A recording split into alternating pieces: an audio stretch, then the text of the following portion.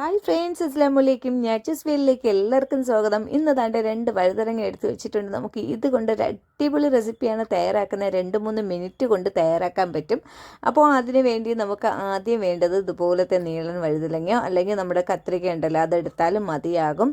അപ്പോൾ നല്ല ചൂട് ചോറിനോട് കൂടി ഏത് പലഹാരത്തിനും നെയ്ച്ചോറിൻ്റെ കൂടെ തന്നെ നമുക്ക് ഇറച്ചിയും മീനൊന്നും ഇല്ലെങ്കിലും നല്ല ടേസ്റ്റി ആയിട്ട് കഴിക്കാൻ പറ്റിയ റെസിപ്പിയാണ് ഇന്ന് തയ്യാറാക്കുന്നത്. എല്ലാവരും സ്കിപ്പ് ചെയ്യാതെ കാണുക. അപ്പോൾ നിങ്ങൾ ഇതുപോലെ തയ്യാറാക്കുകയാണെങ്കിൽ എന്തായാലും കമൻറ്റിലൂടെ അറിയിക്കുക കൂടി ചെയ്യുക. അപ്പോൾ ഇതിനെ നമുക്ക് ആദ്യം നല്ലതുപോലെ കഴുകി വൃത്തിയാക്കി ചെറിയ രീതിയിലൊന്ന് കട്ട് ചെയ്തെടുക്കണം. അപ്പോൾ തീരെ ചെറുതൊന്നും ആക്കിയിട്ടില്ല ഞാൻ. ഇത് വേഗം വെന്ത് കിട്ടുന്ന ഒരു സംഭവമാണ്. ഇതുപോലെ നീളനാക്കി എടുത്തിട്ടുണ്ട്. നല്ലതുപോലെ കഴുകി എടുക്കുക.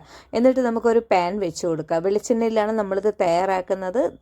നിങ്ങൾ വെളിച്ചെണ്ണയിൽ തന്നെ തയ്യാറാക്കുക, സൺഫ്ലവർ ഓയിലിൽ തയ്യാറാക്കരുത്. അപ്പോൾ ഇതിലോട്ട് ഞാൻ ഒരു 1.5 ടേബിൾ സ്പൂൺ എണ്ണ ചേർത്ത് കൊടുത്തു. എന്നിട്ട് കുറച്ച് കടുക് ചേർത്ത് കൊടുത്തു. ഇനി നമുക്ക് നമ്മുടെ വഴുതനങ്ങ കട്ട് ചെയ്ത് നീളത്തിന് വെച്ചിരിക്കുന്നത് ഇത് നമ്മൾ തയ്യാറാക്കിയൊക്കെ എടുക്കുമ്പോൾ നല്ല ആവി കയറി വെന്ത് നമുക്ക് കുറച്ചേ കിട്ടുള്ളൂ കേട്ടോ. അപ്പോൾ അതനുസരിച്ച് നിങ്ങൾ കൂടുതൽ വേണമെങ്കിൽ കൂടുതൽ എടുക്കുക. അപ്പോൾ ഞാൻ ഇത്രയൊക്കെ എടുത്തിട്ടുള്ളൂ. കുറച്ച് ഉപ്പ് ചേർത്ത് കൊടുത്തു, മഞ്ഞൾപ്പൊടി ചേർത്ത് കൊടുത്തു. എന്നിട്ട് നമുക്കൊന്ന് മിക്സ് ചെയ്ത് കൊടുക്കണം. ഇതുപോലെ ഒന്ന് മിക്സ് ചെയ്ത് കൊടുക്കുക. അപ്പോൾ നമ്മൾ വെള്ളം ഒന്നും ചേർക്കില്ല കേട്ടോ ഇതിലോട്ട്. അപ്പോൾ ഇതുപോലെ ഈ എണ്ണയിൽ കിടന്ന് ഇതുപോലെ ഒന്ന് വരണ്ട് വരണം. അപ്പോൾ ഈ സമയത്തിന് നമുക്കിതൊന്ന് അടച്ച് വെച്ച് കൊടുക്കുക. ഒരു 2 മിനിറ്റ് വേണ്ട, ഒരു മിനിറ്റൊക്കെ ആകുമ്പോൾ തന്നെ ഇതൊന്ന് ആവി കയറിയാൽ മതി. നല്ലതുപോലെ ഒന്ന് ചൂടാവണം.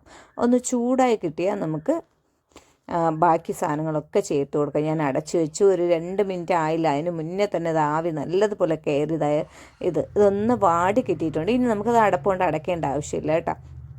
ഇനി നമുക്കിതിലോട്ട് മസാലപ്പൊടികൾ ചേർത്ത് കൊടുക്കണം. അപ്പോൾ ആദ്യം തന്നെ മുളക് പൊടിയാണ് ചേർത്ത് കൊടുക്കുന്നത്. അപ്പോൾ നമ്മളിപ്പോൾ ഞാൻ പറഞ്ഞു ഇത് നമ്മൾ തോനെ എടുത്താലേ തോനെ കിട്ടുള്ളൂ. അതുകൊണ്ട് നമ്മളൊരു ചെറിയ അളവിനാണ് മുളക് പൊടി ചേർത്ത് കൊടുക്കുന്നത്. 1/2 ടേബിൾ സ്പൂൺ.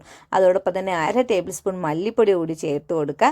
പിന്നെ നമുക്ക് പെരുംജീരകത്തിൻ്റെ പൊടി, വലിയ ജീരകത്തിൻ്റെ പൊടി ഉണ്ടല്ലോ, അതൊരു 1/4 ടേബിൾ സ്പൂൺ ചേർത്ത് കൊടുക്കുക. അപ്പോൾ നമ്മുടെ പൊടികൾ 3 ഐറ്റവും ചേർത്ത് കൊടുത്തിട്ട് മല്ലിപ്പൊടി, മുളക് പൊടി, പെരുംജീരകത്തിൻ്റെ പൊടി. ഇനി ഞാൻ കുറച്ച് ജീരകത്തിൻ്റെ പൊടിയാണ് ചേർത്ത് കൊടുത്തത്. അപ്പോൾ മുഴുവൻ ജീരകമായിരുന്നാലും കുഴപ്പമില്ല, ഒരു 1/4 ടേബിൾ സ്പൂൺ ചേർത്ത് കൊടുക്കുക. ഇത് ഇത്രയും ചേർത്തതിന് ശേഷം നമ്മൾ ഉപ്പ് ആദ്യപ്പോഴേ ചേർത്ത് കൊടുത്തിട്ടുണ്ട്. ഇനി ഞാൻ പ്രധാനമായിട്ടും 1 ടേബിൾ സ്പൂൺ പുളി വെള്ളമാണ് ചേർത്ത് കൊടുക്കുന്നത്. നമ്മുടെ വാളം പുളി ഒന്ന് പിഴിഞ്ഞെടുത്ത് 1 ടേബിൾ സ്പൂൺ മതി, കൂടുതലൊന്നും വേണ്ട. അതാണ്ട് ഒന്ന് കുഴയും തോറും ഇത് അളവ് കുറഞ്ഞുകൊണ്ട് വരെയാണ് ചെയ്യുന്നത് ചൂടാവും തോറും. അപ്പോൾ ഈ പൊടികളുടെ പച്ച ചുവ മാറാൻ വേണ്ടി ഞാൻ ഒരു ചെറുതായിട്ടൊന്ന് ആവി കയറാനൊന്ന് വെച്ച് കൊടുത്തിട്ടുണ്ട്. ഫ്ലെയിം കുറച്ചിട്ടാണ് വെച്ച് കൊടുത്തത്. ഇതാണ്ട് എന്നിട്ട് എടുത്ത് മാറ്റുകയും ചെയ്തിട്ടുണ്ട്. നമ്മുടെ റെസിപ്പി തയ്യാറായിട്ടുണ്ട്. നമുക്കിനി നോമ്പ് കാലങ്ങളിൽ നമുക്ക് അത്താഴ സ്പെഷ്യലായിട്ട് നമുക്കിത് വളരെ പെട്ടെന്ന് ചൂടോടുകൂടി തയ്യാറാക്കാം. നമ്മൾ സമയം അധികം വെയിറ്റ് ചെയ്യേണ്ട ആവശ്യമില്ല. നമ്മുടെ ഈ വഴുതനങ്ങ ഒന്ന് കട്ട് ചെയ്ത് ഫ്രിഡ്ജിൽ വെച്ചിരുന്നാൽ മാത്രം മതി. അതുപോലെ തന്നെ കുറച്ച് വലുതായിട്ടായത് കാരണം തന്നെ വേഗം പിന്നെ കട്ട് ചെയ്യാനും പറ്റും. ഇത് വേഗം വെന്തും കിട്ടും. അപ്പോൾ എല്ലാവരും ട്രൈ ചെയ്ത് നോക്കുക. ഇന്നത്തെ ഈ റെസിപ്പി ഇഷ്ടമാവുകയാണെങ്കിൽ ലൈക്ക് ചെയ്യാനും ഷെയർ ചെയ്യാനും കമൻറ്റ് ചെയ്യാനും മറക്കരുത്. സബ്സ്ക്രൈബ് ചെയ്യാത്തവരാണെങ്കിൽ ഒന്ന് സബ്സ്ക്രൈബ് ചെയ്ത് സപ്പോർട്ട് ചെയ്യുക. പുതിയൊരു വീഡിയോയുമായി വീണ്ടും കാണാം.